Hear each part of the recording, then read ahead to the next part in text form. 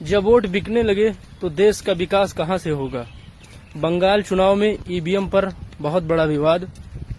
दूसरे चरण में ईवीएम पर लगा दिया गया रोक। वहां के अधिकारियों का कहना है कि ईवीएम मशीन से वोट चोरी होता है।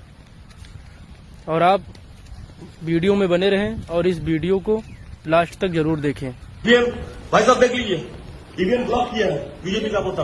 ईवीएम पूरा बंद है। ऐसे वोट चल रहा है, ऐसे वोट चल रहा है बीजेपी का। अब हटाइए ऐसे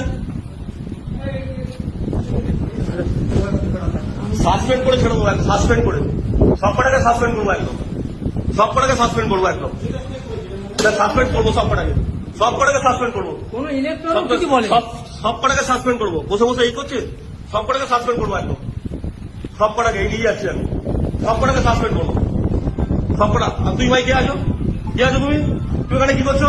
অ্যারেস্ট করো কি করছে?